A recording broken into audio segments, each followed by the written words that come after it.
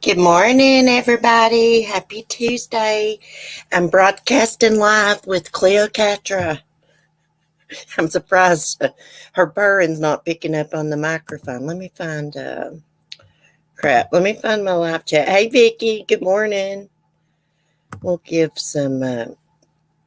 our regulars time to get into the chat. Let's see, your channel. It's hard to do things one-handed. Okay. This was a bad day to do the boarding house murders because there is so much true crime news going on this morning. Quentin Simon's monster. I like to say monster instead of mom because she is no freaking mom. She might have gave birth to him, but she's not a freaking mom. Anyways, that bitch was arrested. Excuse my language. They think they found little Quentin's body over the weekend in the landfill. Of course, they got to do DNA testing, but, like Hibiscus said to me yesterday, private, how many babies are they looking for in the landfill? It's him.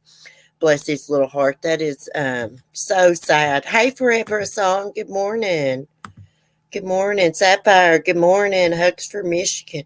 I know, that poor baby. It's so sad. Guys, I just can't hardly follow these cases that these tragedy pimps ruin and make a mockery out of. I probably shouldn't be that way. I should do it anyways. Um, but I just feel like, they just go on and on and on about it. And I don't know. It just gets on my nerves. Hey, Hibiscus. Sapphire, hashtag justice for Quentin. Yeah, that poor baby. I know they was going to cuff and stuff her before long. Now, maybe if they hadn't found his body, they might not have been able to. But look what happened to Orson and Orrin, that case. It was like over a year after they disappeared before their foster parents were arrested. My gosh, I'm hitting some nasty vape this morning.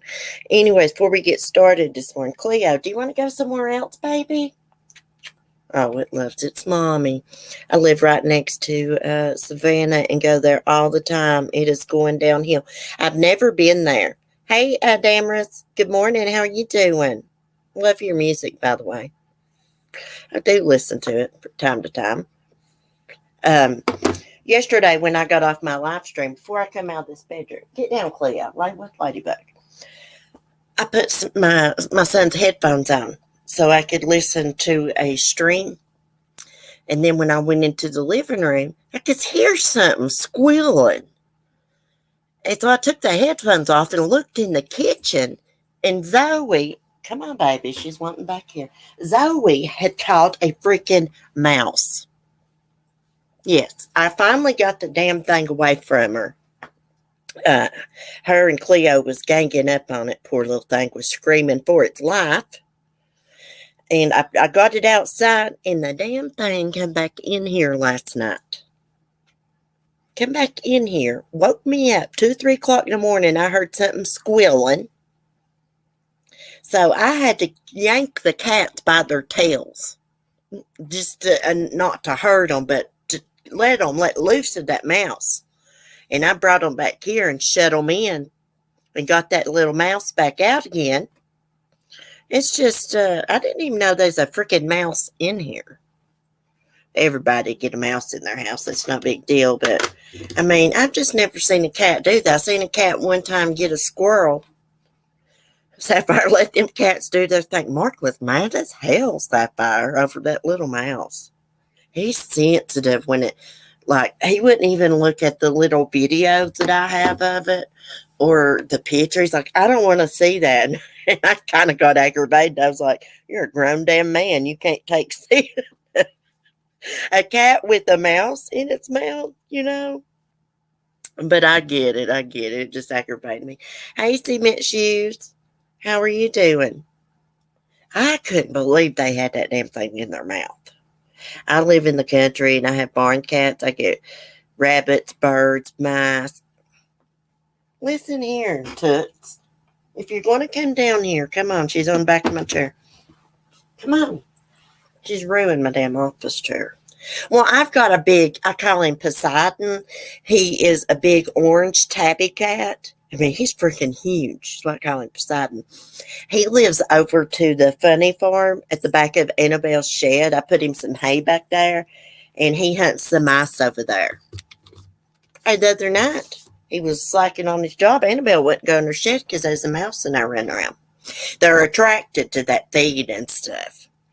They was just playing with it. Let me tell you, it was a little bit funny because Zoe let it go out of her mouth and she took her paw and was holding it by its tail. And kind of looked like to me they were doing the live mouse the same way as they do their little tiny stuffed mouses. I got them. Mice. Anyways. Oh, that Delphi accused killer is going to be in court this morning, and the girl's families is going to be there too. Cement Shoes, member for 28 months. Southern Royalty. Happy Thanksgiving, everyone. Happy Thanksgiving to you too, Cement Shoes, and to everybody. I kind of have forgotten about it. I've been a little bit stressed out, guys. A little bit stressed out just with everyday stuff and animals, and it just gets to be a lot sometimes, you know.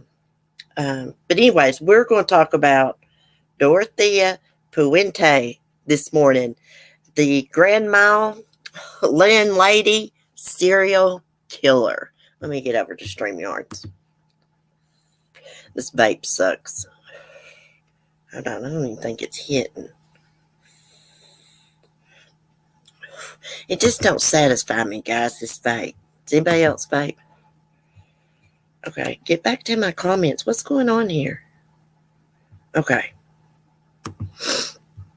I want to share her picture. Window, Chrome tab. I guess the Chrome tab. Okay, here she is. Now, this lady was a doozy. She had I believe it was 7 bodies. Now, she's from Sacramento. Lived in a Victorian-style home. I'll show y'all a picture of the house. And I'm going to read y'all everything, but I'm going to just give you the gist of it. She ran a boarding house for people that were mentally ill, homeless, didn't have any family, alcoholics, and she would get them signed up on Social Security checks. Well, she would also poison them and murder them and keep drawing their Social Security checks. She actually went to this little bar around the corner to cash their checks. Well, what got her caught is the social worker had came across this man named Bert Montoya. He was severely, I guess he was severely mentally ill, had some learning disabilities. He was born like that. Anyways, the social worker got him into Dorothea's boarding house. Dorothea got him signed up on a check and everything. Well, after a few months of living there, Bert told his social worker, said, I don't like living here anymore. And she's like, just give it a little bit longer. Then one day, the social worker got a phone call from Dorothea. And she's like, Bert's going to go to Mexico and visit his brother. And the social worker is like, no, that's not a good idea. He can't be out of the country more than 2 weeks, or they'll take his benefits, and, he should not be traveling alone. Anyways, a couple days later, she called back wanting to speak to Bert, and she's like, Dorothea's like, he went to Mexico to see his brother. Well, she became suspicious because she had been by the house and saw mounds of dirt. So she contacted the police. Detective Calparera, something like that, went to her house. He investigated missing persons. So he went to her house and he was asking Dorothea, where's Bert at? She gave this big, story. He was in Mexico and stuff. So he searched the house. There was no sign of any kind of murder or Bert or anything, being amiss. Except he did find a prescription in Dorothea's name that was, or in Dorothea's bedroom that was in another lady's name. And I think her name was Dorothy. I can't remember it. But anyways, before he left, he was talking to Dorothea and she's like, I'm glad I can be a help to you. And he's like, well, before I leave, Dorothea, I got one more thing I'd like to ask of you. She's like, sure. I think his name was John. Sure, John. And he's like, would you mind if I dug in your backyard? And she's like, well, I'll just get somebody to come here. I know y'all's busy, and I'll get them to dig around the yard. And he's like, no, no, no. This is our job. And he actually borrowed a shovel from Dorothea. And he starts digging in the yard, this one place, and he comes across this root. And he is trying to get this damn root up out of the ground. You know, he's pulling on it. He's taking the shovel and like trying to get it to come loose. Finally, it comes loose. And he discovered it was a human leg bone. And it just went from there. Then they started digging all over the yard. But, I want to read y'all, and I'm not looking at the chat because I will get distracted. I want to read to y'all the whole story. That's just, you know, a little bit of it. What did I do with my damn thing? Hold on, let me go. Let me get pulled up here. Dorothea, actually, she's got a cookbook. She died in 2011, no, in Central California Women's Facility, Chowchilla, California. Okay, where's my article? Right here. Okay, Dorothea Puente. The Monstrous Crimes of Dorothea Puente, the Death House Landlady. And this is by, what is this by? I can't. ATI Media? allthat'sinteresting.com. Okay, in the 1980s, California, Dorothea Puente's house was a den of theft and murder, as this terrifying landlady killed at least 9 of her unsuspecting tenants. Yeah, she killed more people than they found in the yard. I think they found like 6 or 7 bodies. Dorothea looked like a sweet grandmother, but looks can be deceiving. In fact, Dorothea was a serial killer who committed at least 9 murders inside her boarding house in Sacramento, California during the 1980s. Between 1982 and 1988, the elderly and disabled people living in Dorothea's house had no idea that she was poisoning and strangling some of her guests before burying them on her property and cashing their Social Security checks. For years, the disappearance of these so-called shadow people who lived at the margins of society went unnoticed, but eventually, police searching for a missing tenant spotted a patch of disturbed dirt near the boarding house and uncovered the first of several bodies. This is the disturbing story of Dorothea Puente, the Death House Landlady. Dorothea Puente's life of crime before becoming a serial killer. Dorothea Puente was born Dorothea Helen Gray. She was born on January 9th, 1929 in Redlands, California. She was the 6th of 7 children, but didn't grow up in a stable family environment. Her father died of tuberculosis when Dorothea was 8, while her mother, an alcoholic, routinely abused her children and died in a motorcycle accident a year later. Also, her father used to try to hang himself in front of the children. Orphaned, Dorothea and her siblings splintered off in different directions, bouncing between foster care and relatives' home. Dorothea struck out on her own when she was 16. In Olympia, Washington, she tried to make a living as a prostitute. They say she used to be a pretty woman when she was young. Instead, Dorothea found a husband. She met and married Fred McFall in 1945, but their marriage was brief, only 3 years, and hinted at trouble beneath the surface. Dorothea had several children with McFall, but didn't raise them. She sent one child to live with relatives while another was put up for adoption. By 1948, McFall had asked for a divorce and Dorothea drifted south to California. There, the former prostitute turned back to a life of crime. She got in serious trouble for the first time in her life after bouncing a check in San Bernardino and spent 4 months in jail. Dorothea was supposed to stick around to serve out her probation, but in a sign of things to come, she skipped town instead. Next, Dorothea went to San Francisco, where she married her second husband, Axel Bryn Johnson, in 1952. But volatility seemed to, I can't say that, followed Dorothea wherever she went, and the new couple argued frequently about Dorothea's drinking and gambling. When Dorothea offered to perform a sex act on an undercover cop at a house of ill repute, it says, her husband sent her to a psychiatric ward. Despite this, the marriage lasted until 1966. It's a damn wonder she didn't kill them, those husbands. Despite, let's see, Dorothea's next two marriages would be short-lived. She married Roberto Puente in 1968, but the relationship dissolved 16 months later. Dorothea then married Pedro Angel Montalvo, but he later left her only after a week.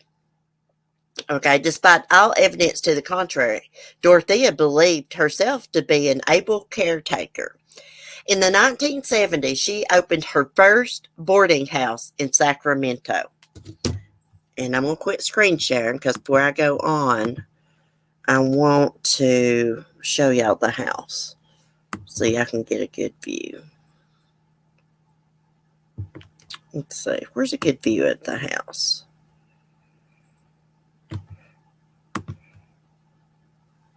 Okay. Let me just share it from there.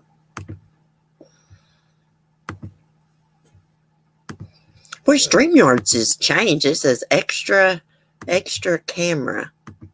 What in the hell? Look, there's the house. We'll just leave it like this because there's some of her victims. There's one of her victims who was actually her friend. Okay, let me get back to this. The horrors that unfolded inside Dorothea Puente's house. Y'all should watch the Oxygen documentary on this 2-part series. Okay, social workers in the 1970s looked upon Dorothea Puente and her boarding house with admiration. Dorothea had a reputation for taking in people considered tough cases, recovering alcoholics, drug addicts, the mentally ill, and the elderly. But behind the scenes, Dorothea had embarked on a path that would lead her to murder. She lost her first boarding house after getting caught signing her own name to tenants' benefit checks. In the 1980s, she worked as a personal caretaker who drugged her clients and stole their valuables. By 1982, Dorothea was sent to prison for her thefts. She was released just 3 years later, although a state psychologist diagnosed her as a schizophrenic with no remorse or regret, who should be closely monitored, but she wasn't. Instead, Dorothea opened up her second boarding house. Right here, it's actually a nice house. It's like an old Victorian house. Now, someone else owns this house now, and they've redone it, but they've embraced this serial killer to live there. You know what I mean? You can go on tours there. Okay. There she quickly got back to her old tricks. Dorothea took in so-called shadow people who were marginally homeless without close family or friends. Some of them began to disappear, but no one noticed. Even probation officers who stopped by accepted Dorothea's explanation that the people living at her house were guests or friends, not boarders. Okay, so she was on federal parole. She was not supposed to be running a boarding house because of her history of taking advantage of the elderly and stealing Social Security checks.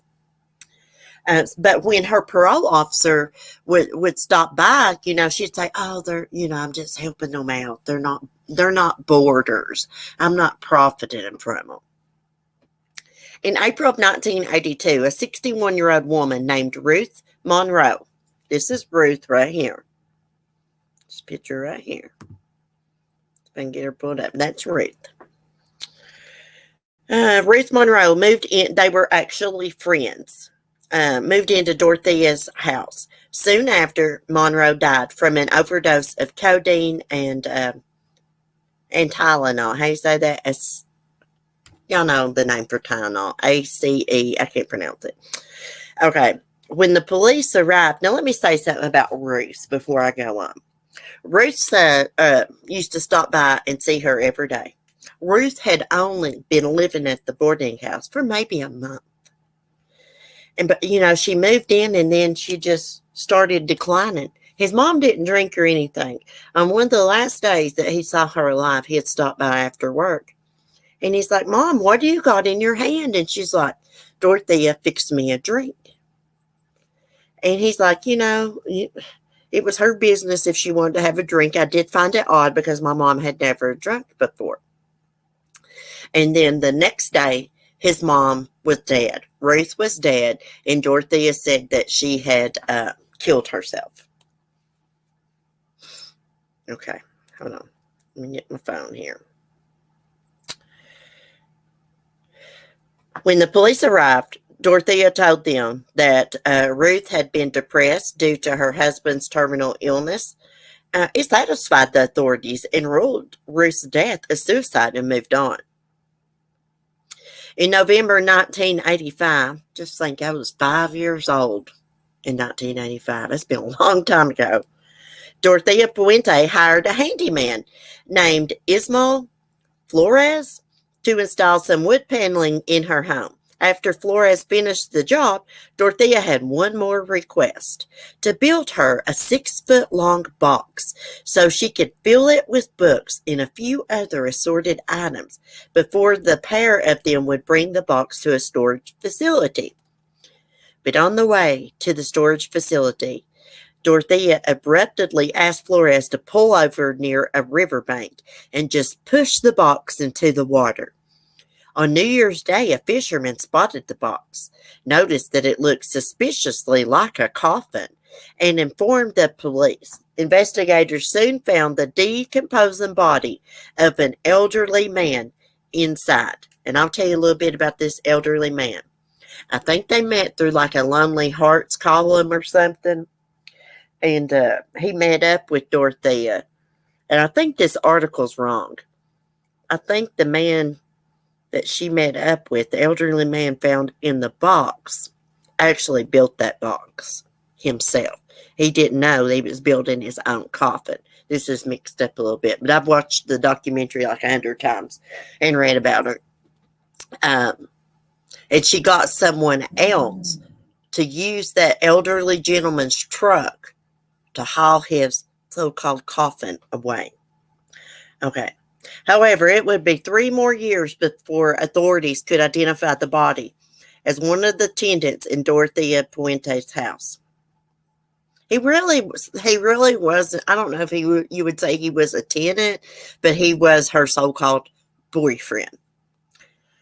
Okay, it wasn't until 1988 that suspicions first arose about Dorothea after one of her tenants, 52-year-old Alvaro Montoya, they called him Bert, went missing. Bert struggled with mental illness issues and had been homeless for years. Let me tell y'all something sad about this. Nobody knew it at the time, but Bert had run away from his family in New Orleans and his mother had been searching for him. How he ended up in California, no one knows. Okay, so he struggled with mental health issues, been homeless for years. He had been referred to Dorothea Puente's house because of the sterling, reputation welcoming people like him. Actually, the social worker found him that boarding house. And let me tell you, in that documentary, you could tell all these years later, which is an old lady now, it still bothered her that she got Bert into Dorothea's boarding house. But that lady didn't know what a psycho Dorothea was. But I guess back then they didn't check people's backgrounds or anything. So like Dorothea in the community was very well known. She used to go to these high-class social events, fundraisers, and everybody thought she was a doctor. And she would write big donations out, checks, and they didn't know that it was coming from stolen money, from Social Security checks, from dead people. True. Okay, unlike many who passed through Dorothea's boarding house, however, someone had their eye on Bert Montoya. Judy Moyes, An outreach counselor, that's the lady I'm talking about, with Volunteers of America, became suspicious when Montoya vanished. And she didn't buy Dorothea's explanation that he'd left on vacation to Mexico. She alerted police, who went to the boarding house. They were met by Dorothea Puente, an elderly woman with big glasses who repeated her story that Montoya was simply on vacation. Another tenant, John Sharp, backed her up. Let's see if we can find John Sharp's picture. Hold on, let me go back here.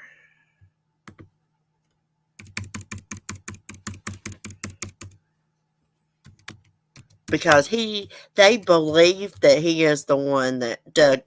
There's no way Dorothea is 5'4", as little as she was, could have moved those bodies out of that house into the backyard.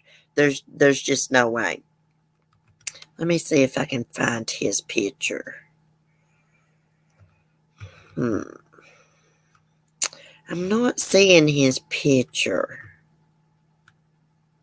And here is Bert. I will share his picture instead.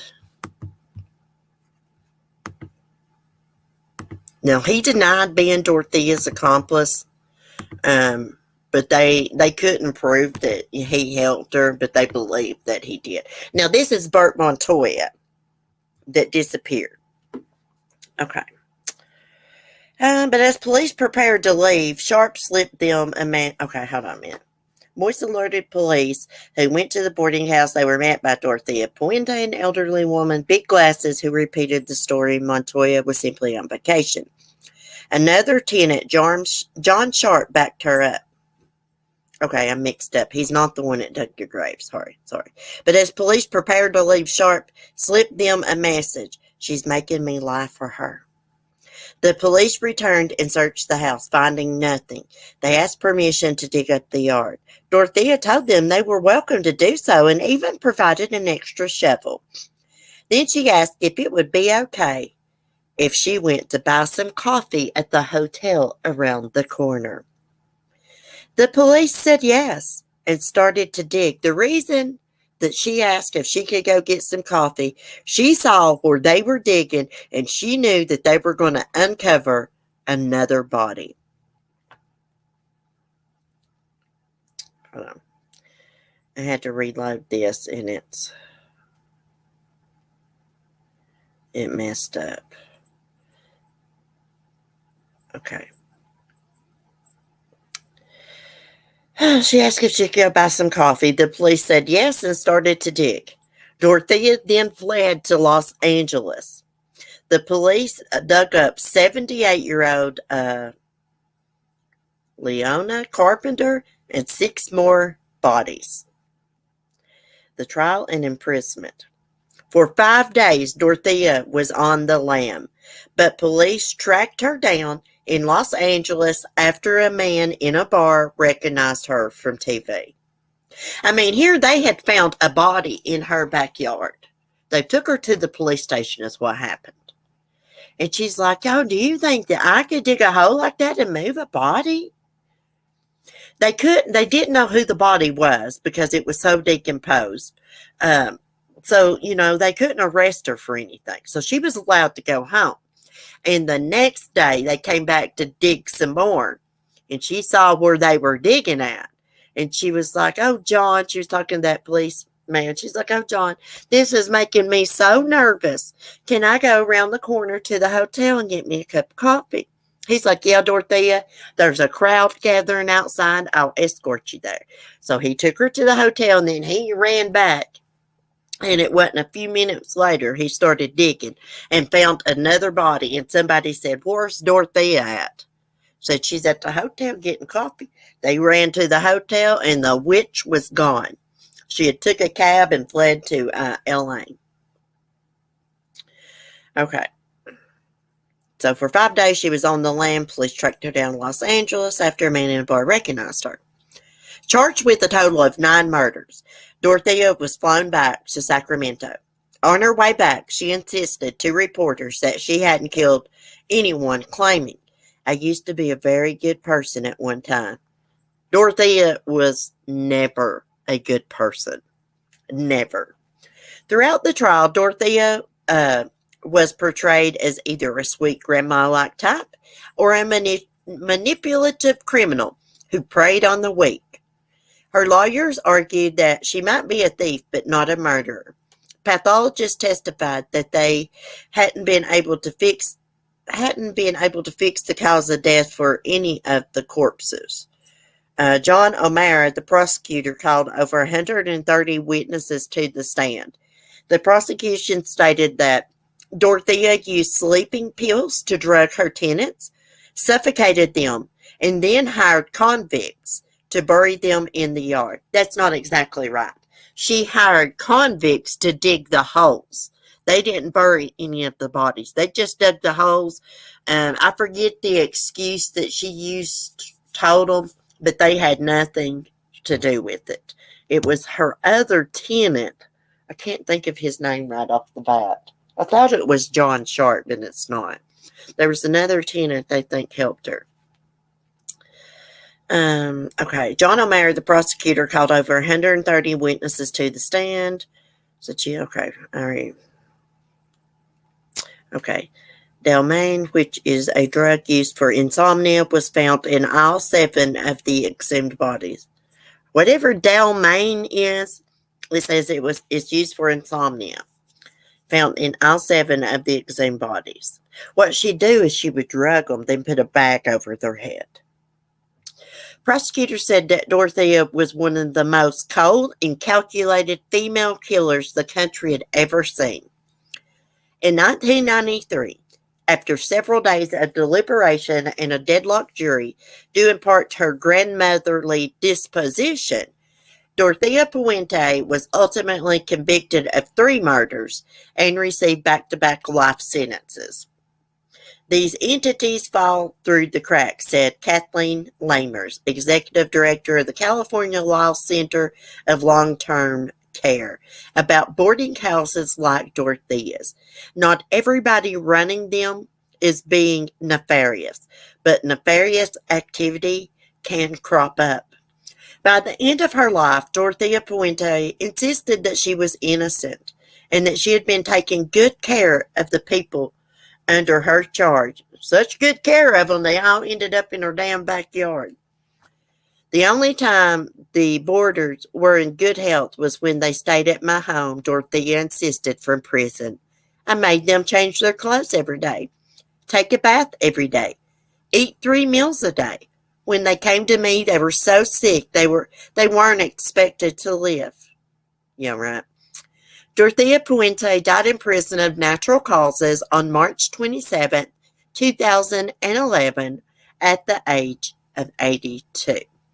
Now, there is a guy that sells like serial killer memorabilia and stuff that claims he's Dorothea Puente's grandson. Let me see if I can pull that up. He is a freaking weirdo. He's one of these people that's made friends with Charles Manson. There he is. Look at him. What a freaking weirdo. Let's see. Can I get that one pulled up? Hold on. Let me stop screen sharing because I want to share this article. They left some stuff out here, but okay. See, I looked into this guy a while back. So that is the story of Dorothea Puente. Okay, they left some things out. Like when this hit the news, the man that was found in the box in the river by a fisherman, his family contacted the Sacramento police and was like, hey, my father was Dorothea Puente's pen pal. They met through some Lonely Hearts column, and he went out there to see her, and we never heard from him again. So it did turn out the man in the box was the man that went to marry Dorothea. He went out there to marry her. Now look at this freaking weirdo. Grandson, Dorothea Puente, who laced cakes with poison, said he shared a real connection with her. I'd say so. Look at you, weirdo. Them damn Freddy Krueger damn gloves on. Who does that shit unless it's Halloween? Let me see something. I want to see if I can go to this article.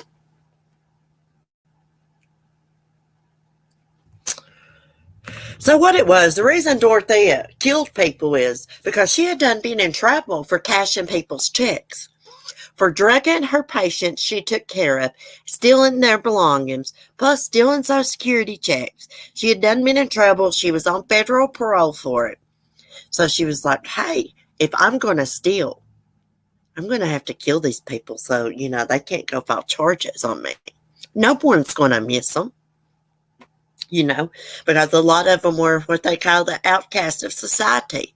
The homeless, mentally ill, alcoholics, drug addicts, the elderly with no family. That's the people that she preyed on.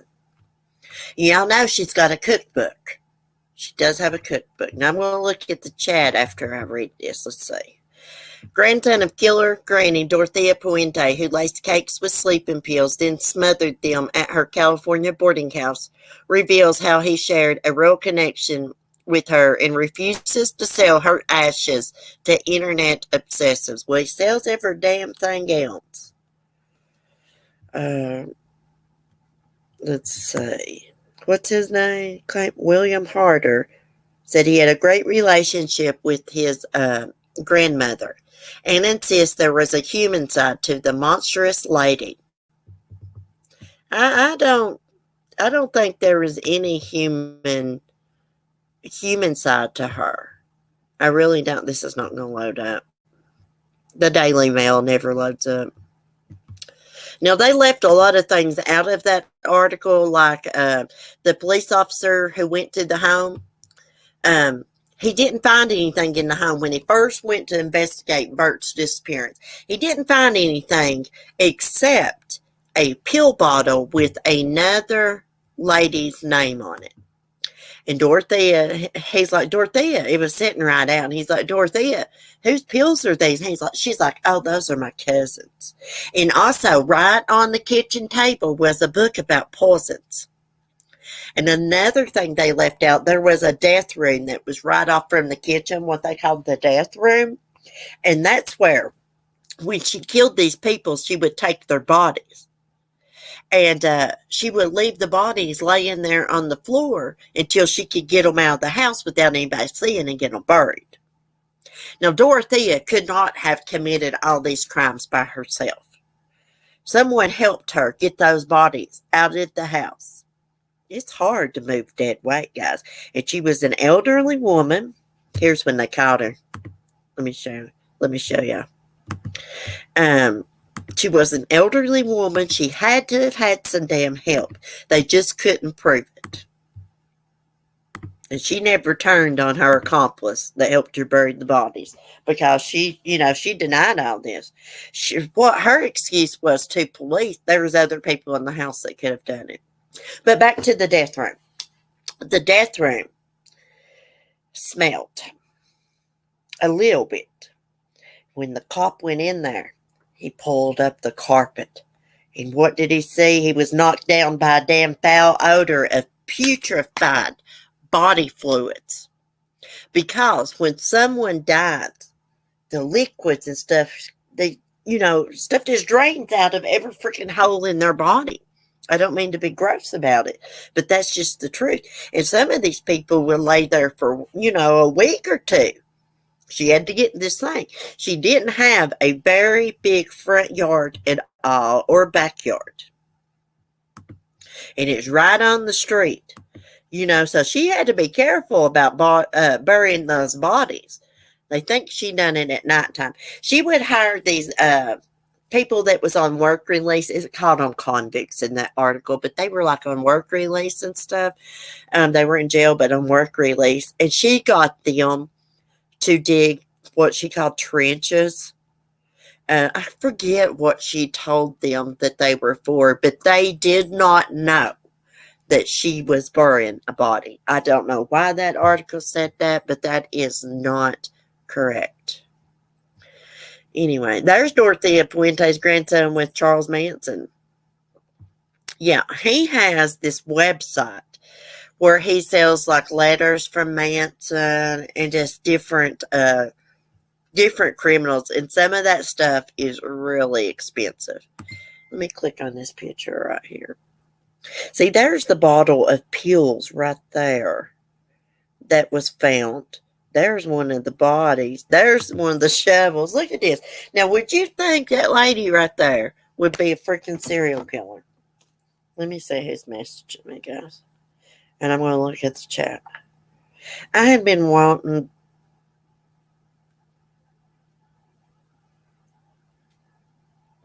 Sorry, it was my mom. I've been wanting to do the boarding house murders for a very, very long time.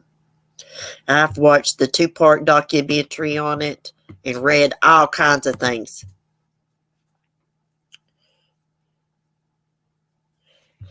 Let's see, what was this weirdo in here say? New.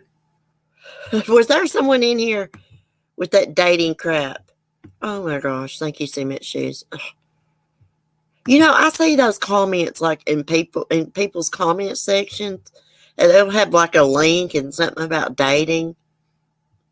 She's kind of creepy looking, in my opinion. Well, here's the thing about Dorothea. Dorothea looked a lot older than what she was, and she did that on purpose. She did have dentures, and I just will say there's nothing wrong with that. But she would take them out of her mouth when she was around people, to make them think that she was older. Yeah, you gotta be careful, Donna. There's a lot of freaking weirdos. A lot of weirdos. Hey, Mike, you wasn't notified? Oh, I'm sorry. I think I'm getting Mike and Team Shoes' comments mixed up. Yeah, well, anyways, that is an interesting case. I want to do the Barbara Garcia case too. She's the lady that killed, elderly lady that killed her husband on Halloween and got her daughter to help move his body into the garage. And then she went and handed out Halloween candy. Look her up, Barbara Garcia. Her husband was tired of her and her, just wanting money all the time and this and that. Let me see what else I can find about her. Oh, let me show y'all this. Cooking with Dorothea Puente. Now, this is just so weird because, like, nobody checked this woman's credentials. Like, if y'all go to Oxygen, if you've got On Demand or something, or a way to go watch the Boarding House Murders, it's a 2-part series. It's got the cop that, first went to her house and all that. I suggest you go watch that because it's very, very interesting. And they had some people, there was a newspaper reporter, and she was talking about Dorothea Puente. They thought she was a doctor when she would go to these social functions when they was doing these fundraisers. They called her Dr. Puente. And she would write them big donations. And they had no idea this was from dead people's Social Security check. And you have social workers placing people into that boarding house.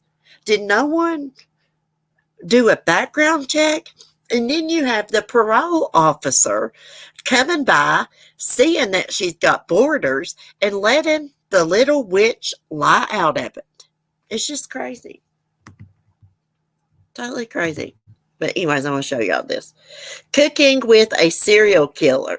Recipes from Dorothea Puente. Let me see. I think, is this the guy that may have helped her? Or is that one of the victims?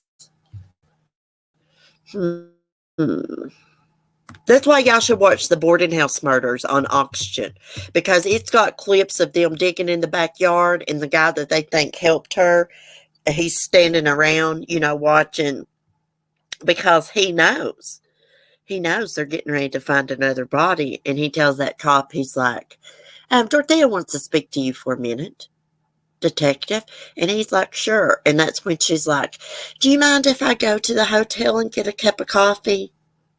She knew he was getting ready to, a couple more digs, and he was going to find another body.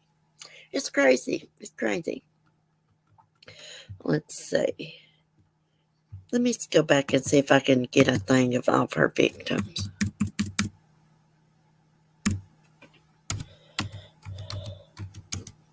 And we'll look at some true crime news if I got time here. I do. Let's see.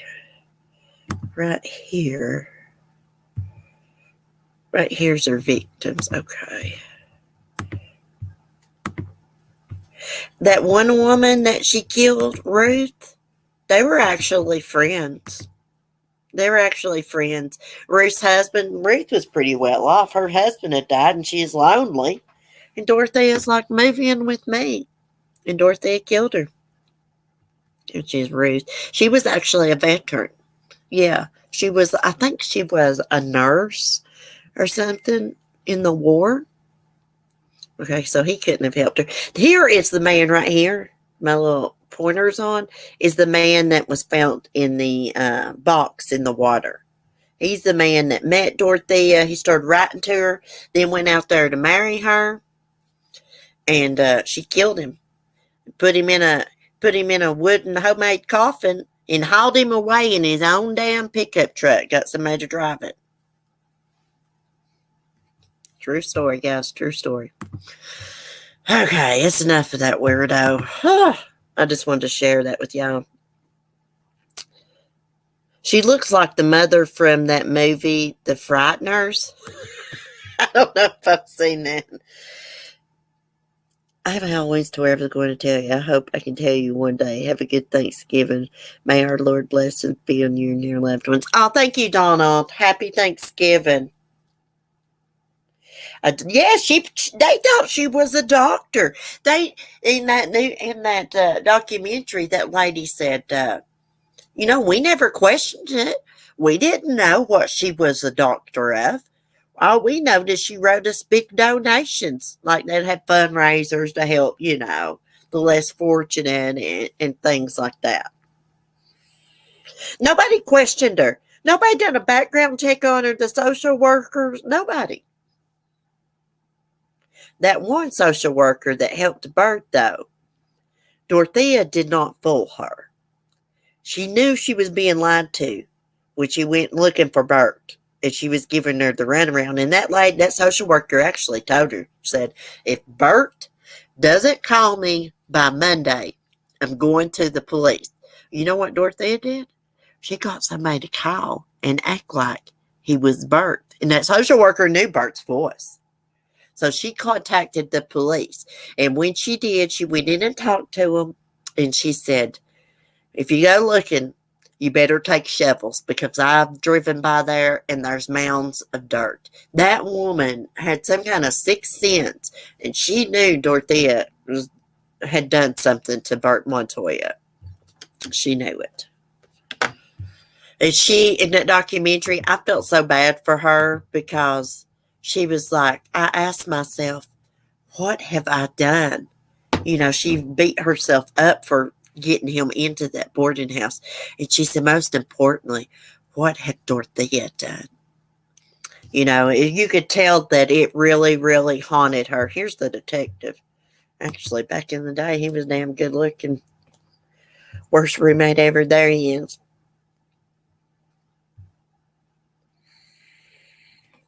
Let's see. What else we got? Damn, she does look. Look, they've got her pictures next to Sophia Petrillo from the Golden Girls. They do look alike. So she said she's innocent, even though all them victims was buried in their backyard. There's another one of her victims. Oh, I wasn't screen sharing, so y'all couldn't see it. But anyways, they had a picture of her beside Sophia from the Golden Girls, and it looked just like her. Okay, let's go to the true crime news. Let's go to Crime Online. I got to get off here in a minute. I got to get my house straightened up, myself straightened up, because my baby's been gone for a couple of days to my mom's, and he's coming back today. Okay, I don't like talking about them mass shooters. For some reason, accused Delphi killer Richard Allen walks into court shackled as judge rules on unsealed court documents. There's also a story I saw this morning, guys, where a dad is on the run. He killed his little baby and dismembered it. I kid you not.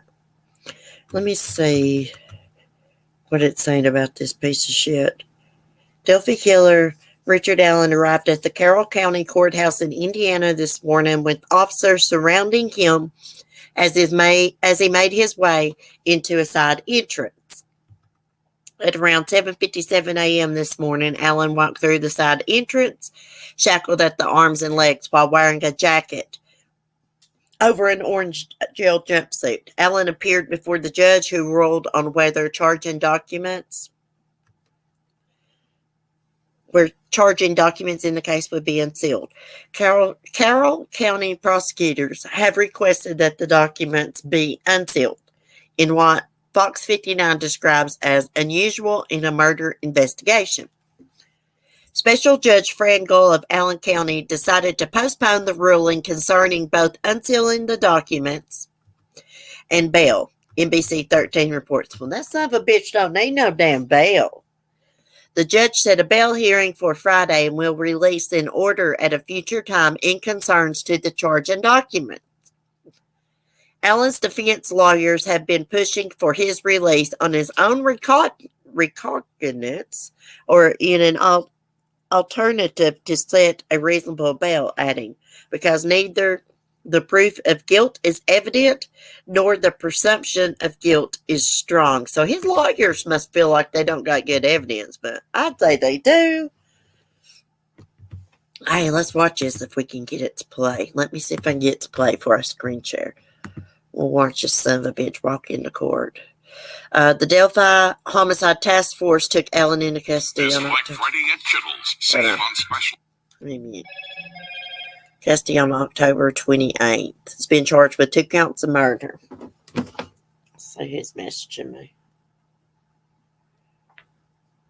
Hold on 1 second.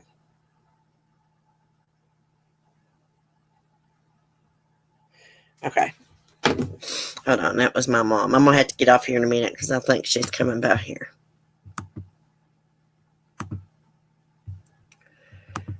I just wanted to watch this video. Okay, let's go back. Watch this son of a bitch come out of here. I'm going to be blaming his wife for it taking so long for him to be captured, because you know good and well she recognized her husband on that video clip. Now, come on, guys. You can't, nobody will ever be able to convince me otherwise. I'm telling you, if when you live with somebody for so long, you just know them. You know their walk, their dress. She had to have recognized them clothes. Now, do y'all agree with that or not? I mean, if you don't, that's okay. But, I mean, just think about it. All you married ladies and men out there, if you saw a clip like that, wouldn't you recognize your spouse? See, I said, okay, let me see it. See me shoes. I seen I had a Discord message, but let me see. Let me get into Discord here. And thank God, they arrested that Leilani, whatever that bitch's name is, for Quentin's murder. I knew she did something to him. Let me tell y'all something.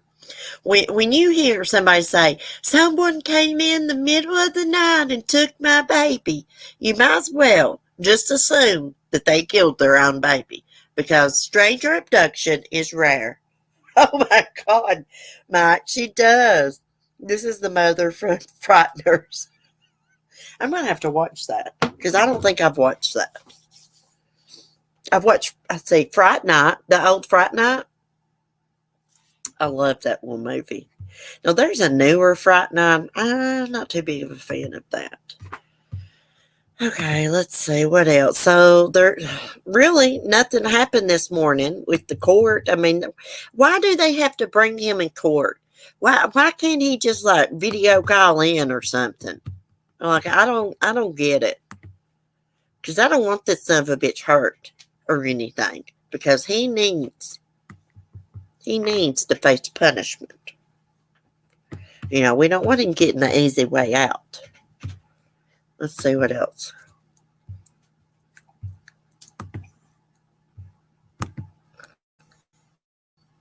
I'm sitting here using this crappy Chromebook, and I'm sitting beside of a $3,000 gaming system computer. And it doesn't have a webcam, so I can't use it. So I'm going to get him the webcam so I can use his computer. He don't really use it anyways for gaming. He watches freaking YouTube on it. I've come to the conclusion that every community on YouTube, different like true crime community, gaming community, they all got drama in them. I hear Timothy listen to people argue over games, going at one another. Harmony Montgomery's stepmom heads to prison, will cooperate in murder case against missing girl's dad. Guys, I don't want to read that one article about that guy dismembering his little baby. I just can't take it this morning. So we're not going to read that. We're going to read this. And then I'm going to get off here.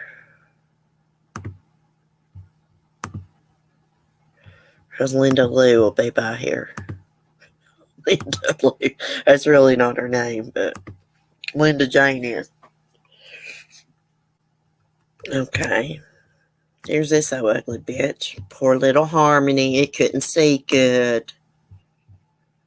The stepmother, missing New Hampshire girl, Harmony Montgomery, is headed to prison after a perjury charge conviction Friday. Oh, wow. Kayla Montgomery will serve 3.5 to 7 years in prison with 1.5 years suspended for time served. She also agreed to cooperate with investigators in the case against Harmony's father, Adam Montgomery, who's been charged with Harmony's murder. You know good and well she knew that he killed Harmony. Can't convince me otherwise. Harmony hasn't been seen since 2019. Police said earlier this year that she's likely deceased. The information came after an interview in June between Kayla Montgomery and detectives with the Manchester Police Department. Kayla reportedly told detectives Adam killed the child in December 2019 by beating her. Court records filed in the Hillsborough County Superior Court stated.